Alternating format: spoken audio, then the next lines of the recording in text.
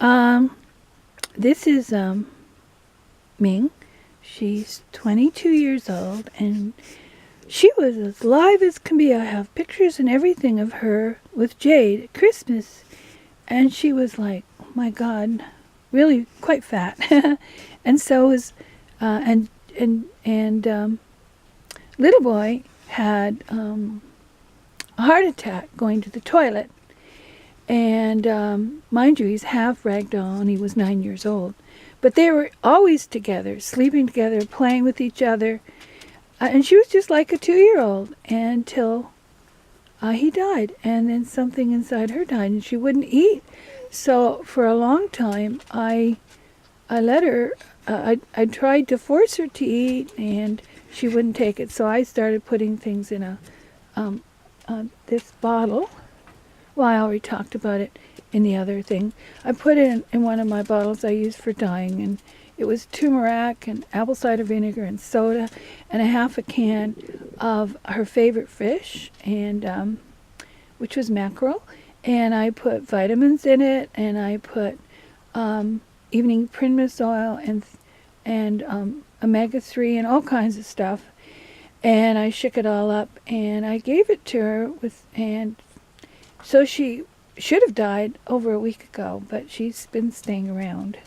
But she's doing pretty good. Hey, Grandma, hey. But she look at how she's wasted. But she's been getting around, and she even sat on the toilet where she used to go to the toilet. But I was afraid she would, so I have a little box down here for her, with and so she can go to the bathroom.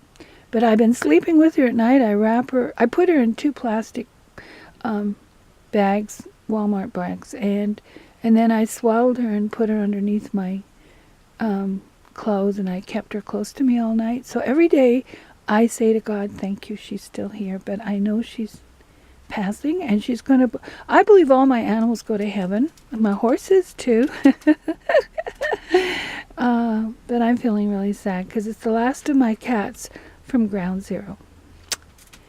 And I have a feeling she wanted to pass on here so she could be with her mom and her dad. Her mom was Jade, and her father was Tyrone Powers, which I wrote a book about. All these cats were down at 9/11 with me as I was counseling at St. Paul's, and my family and the rest of the Maud and them passed, and little boy was only 9 years old, but according to the web, apparently he was half ragdoll. They only live about 9 years old because they have a heart condition, and they have a prone to heart attacks. And he went to the bathroom, had a huge bowel movement, and I found him on the floor beside the toilet, just like Elvis Presley. It's really funny when you have sudden death, and he was so alive and so spunky, and it reminded me of my favorite people, which was Robin Williams and Joan, and I couldn't believe that Joan Rivers. I took all my favorite people died in the same year. It's creepy. And now I'm losing the last of I call them my sleeping cats because I slept with them. The only thing is I had Growly in here, and she was upsetting Grandma, so she had to go away. So until Grandma passed. So if you ever have a cat that dies, remember it's in heaven. This is a transition. I've been to heaven twice, and I saw all my animals and my family there, but they were all young and playful, and so this is just like I'm 68 years old, and I'm turning 69 in March. So from when I'm 70, everything is a bonus. So most cats live 15 years, so she has definitely outlived what a cat's supposed to be living. So this is her, and she knows she's expiring. Every time I let her go, she keeps going back into her box, because apparently, according to my friend who's a vet, Ron, he was saying to me on the phone just 2 days ago, he's kind of like a friend, he was saying that she will probably want to go to the bathroom and release, so that's probably why she's heading for the paper all the time.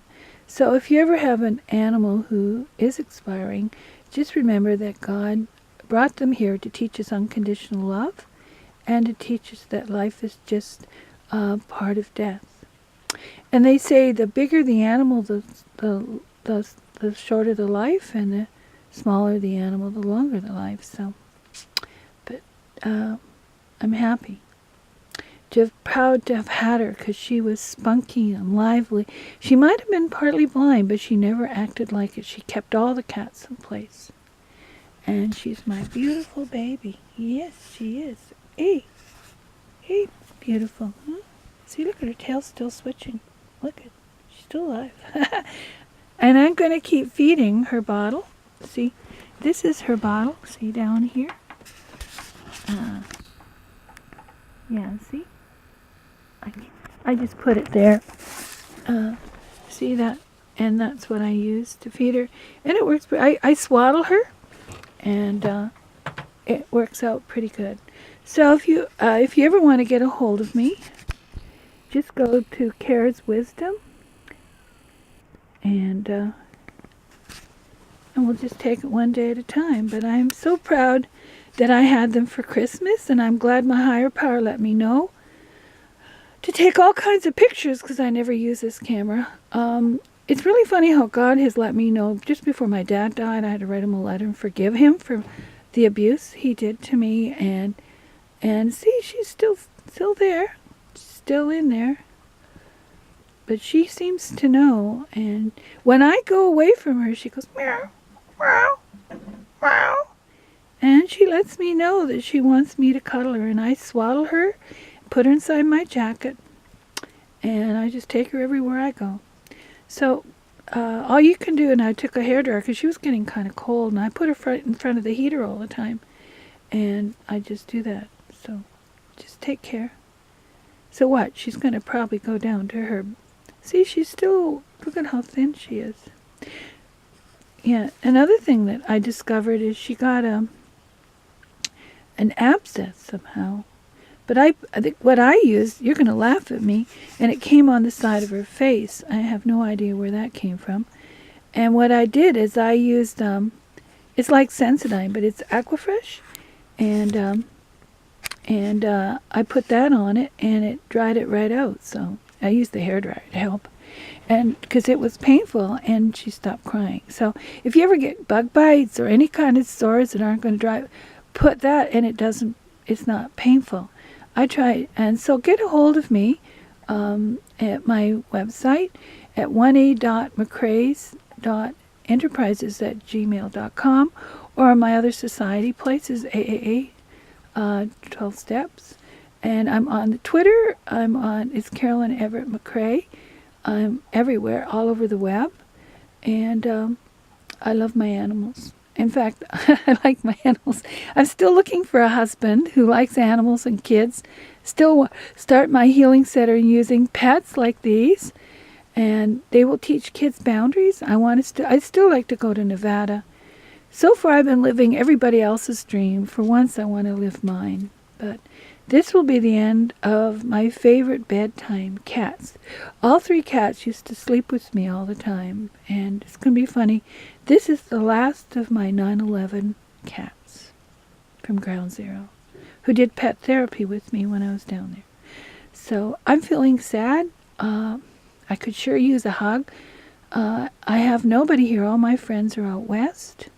But thank God I have friends that I can call in Calgary, like Ron and Sharon and Linda and Joni. And so the miracle I have, my best gift, are my friends who pray for me. So I go to meetings, but it's not the same here as the meetings out west. There's not as much spirituality. In BC, after we go to a meeting, we go for coffee. We get more from the meetings after the meetings than we do before, and we call on each other. We check. They don't do that here in Cape Breton. In fact, unless you're family, they don't talk to you. And I'm not family, and I'm from away. So I'm still looking for a mechanic to help fix my trucks and go west. And so just pray for me. I'm going to take this one really hard. But the gift I have is that I've got her a week longer than she should have. So thank God. So at least I've had to say a chance to say goodbye?